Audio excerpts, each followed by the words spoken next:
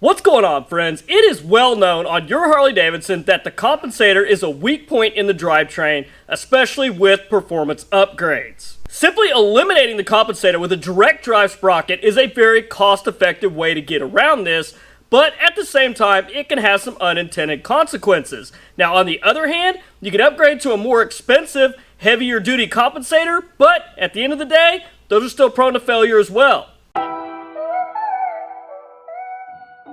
Harley-Davidson didn't just install compensators on the Big Twin on a whim. The compensator actually does serve a purpose, and that purpose is shock absorption from the pulses of the engine, especially with the irregular firing order of a Harley-Davidson motor. Your compensator basically acts as a buffer between those engine pulses generated from that engine and that irregular firing order, and keeps them from being transmitted down the primary chain into your clutch and your transmission. This helps you have smoother acceleration and deceleration. But honestly, do we really need that, and how important is it? The shock absorption purpose of the compensator is also used in starting the engine. A lot of times with bigger bores and higher compression, we can run into backlash from the engine when we're trying to start it. As you may recall, between 2007 and 2011, on the Twin Cam 96, Harley-Davidson had quite a few compensator failure issues. Guys, please don't forget, if you enjoyed today's video, don't forget to hit that like button and consider subscribing to the channel if you haven't done so already. Now, part of the issue was that Harley-Davidson had actually carried over the old compensator design, which was basically used on the Evo and the Twin Cam 88. They were fine on those smaller displacement engines, but you put it on a 96, and a lot of times when you went out to start your motorcycle, it would sound like basically something was breaking in the engine, and you'd have all kinds of bad noises coming out of there, and then basically it would backlash, and then you'd have likely a big puff of smoke come out of the air cleaner. This is exactly what was causing these compensator failures. Well, just one of the reasons. This was the compensator slipping during starting and the pistons recoiling. This was spinning the engine backwards, and basically that compensator wasn't able to hold that engine through the compression stroke when you're trying to start the motor. So the old compensator design was very simple. It worked very well on the smaller displacement Evo and the 88, but they put it on the 96 and they found out through customer field testing, well, that really wasn't a good idea. Now, not surprisingly, it took till the year model 2012 to basically get this ironed out when Harley-Davidson took the Screamin' Eagle compensator, which was considered an upgraded part, and they started putting it on all twin cams as an OEM part right out of the factory. The Screamin' Eagle compensator, in theory, is a better part, but it does have more moving components, which can lead to more points of failure. The upgraded Screamin' Eagle compensator with the spring pack in it actually worked a lot better on the 96, especially when they carried it over to the 103 and the 110, and on the 96 it was actually able to start the motorcycle, push through the compression stroke without any issues. Harley-Davidson took it a step further on the 103 and the 110 when they actually added automatic compression releases. This wasn't a bad thing at all, and it really helped extend the life of that Screamin' Eagle compensator as an original part. Now, while this is all well and good for starting operations, you go in, you start adding big bore kits, you start putting camshafts in there, you start upping the compression, you really start putting some power into the motor and putting that power to the ground. This really adds a lot of stress to the compensator, even the upgraded Screamin' Eagle part. From here we have two options. Well, we have three options, but that third option is really kind of splitting the difference between option 1 and 2. Our first option is upgrading the compensator. Now, if your bike's a 2012 or newer, you already have what would be the Screamin' Eagle compensator already installed as an OEM part, so theoretically, you're good to go from there. Compensators are very expensive, and the one kind of bulletproof upgraded option out there is the Baker Drivetrain compensator replacement for your Harley-Davidson. This is a very heavy-duty part, a very heavy-duty unit.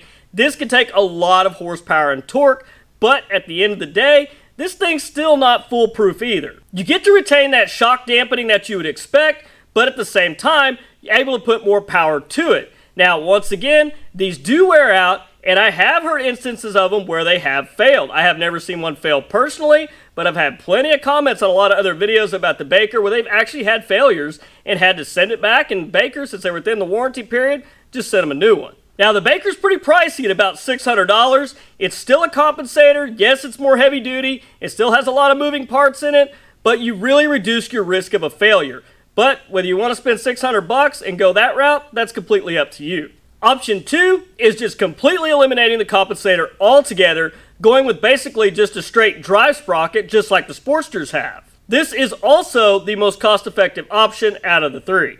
Not only is this option cost effective, but it also allows you to change your gear ratio if you choose to do so. This is a lot cheaper than buying different pulleys or doing a complete chain and sprocket conversion. Now, as with anything, we have to give up something for something, and running a direct drive sprocket, theoretically, you do transfer some of those pulses and vibrations from the engine through the primary chain directly into the clutch and the transmission. Now, in my opinion, with a properly adjusted primary chain, that's not really an issue if the primary chain is properly adjusted, which is hard to do on a big twin that has an automatic adjuster. So I would definitely recommend while you're in there, converting over to a manual adjuster. For me personally, riding twin cam powered bikes that have a compensator eliminator, I did not really notice a difference versus running a compensator as far as running down the road, acceleration, deceleration, and going through the gears. Some people's opinions, they'll probably differ on that. My personal favorite is the Man of War compensator from Darkhorse. This is basically a compensator eliminator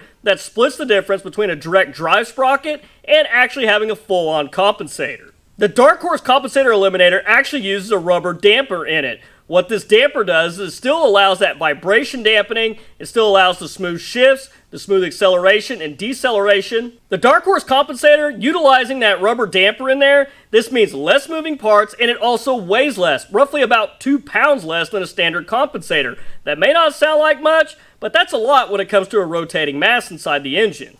Now, some people will say that just a straight compensator eliminator, they can be a little harsh when you're going through the gears, through acceleration and deceleration.